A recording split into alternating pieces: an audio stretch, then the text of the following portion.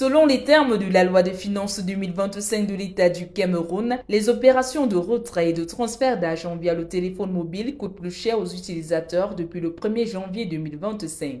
4 francs CFA de plus par transaction, c'est ce qui sera désormais prélevé aux clients pour des transferts et retraits par Mobile Money. Un simple message d'Orange Money, par exemple, a suffi pour provoquer une onde de choc chez ses abonnés. Si l'entreprise parle d'un ajustement légal, pour les populations, c'est une autre histoire. Les gens ne constatent pas ce qui est là.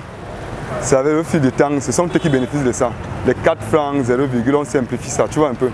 C'est quand tu fais le calcul peut-être en un mois, c'est que les 4 francs peuvent donner. C'est quelque chose d'énorme. On n'arrive pas à s'en sortir d'abord.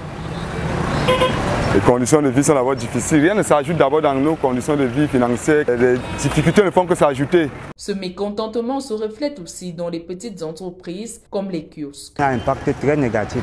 Comme nous, comme dans l'informel, la clientèle elle n'est pas très nombreuse. On a affaire aux petits commerçants.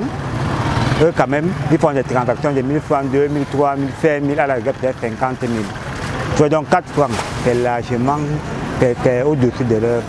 Pendant qu'on s'attendait à ce qu'on réduise plutôt le taux, ils ont plutôt augmenté et ça nous pénalise beaucoup.